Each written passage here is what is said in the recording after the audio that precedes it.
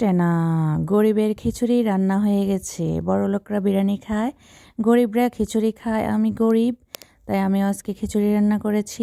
আজকে আপনাদেরকে দেখাবো আমি কিভাবে রান্না করি। তো আমি এখানে চাল, মুগ ডাল, মসুর ডাল, লাউ, ফুলকপি সব কিছু ধুয়ে, আলু ধুয়ে ভালোভাবে এখানে এখন হলুদের গুঁড়ো, মরিচের গুঁড়ো, তেল, রসুন বাটা দিয়ে ভালোভাবে এটাকে হাতে মেখে নেব। মেখে নেওয়ার পর আমি দিয়ে দেব পানি। পানি দেওয়ার পর এটা হয়ে যাবে এক ছোলা সেদ্ধ। আর অন্য চুলায় আমি সব ধরনের মশলা দিয়ে আগে থেকে চিকেনটা ভেজে রেখেছি, সেটাকে রান্না করব। তো এখানে আমি হলুদের গুঁড়ো, মরিচের গুঁড়ো, জিরা, লং এলাচের গুঁড়ো সব কিছু দিয়ে, আদা বাটা, রসুন বাটা দিয়ে ভালোভাবে মুরগিটাকে কষিয়ে নেব। তো এখানে মশলাটাকে ভালোভাবে কষিয়ে আগে থেকে মুরগিটা দিয়ে কষিয়ে তারপরে খিচুড়ির মধ্যে ঢেলে দেব। অন্যদিকে অন্য কড়াইতে আমি তেল দিব। তেলটা গরম হয়ে গেলে আমি রসুন, পেঁয়াজ কুচি দিয়ে ভালোভাবে বাগার করে এটাকে ভালোভাবে ভেজে খিচুড়ির মধ্যে ঢেলে দেবো। এরপরে দিয়ে দিব ধনিয়া পাতা, এরপরে দিয়ে দিব জিরা গুঁড়ো। এরপরে রেডি হয়ে গেছে আমার খিচুড়ি।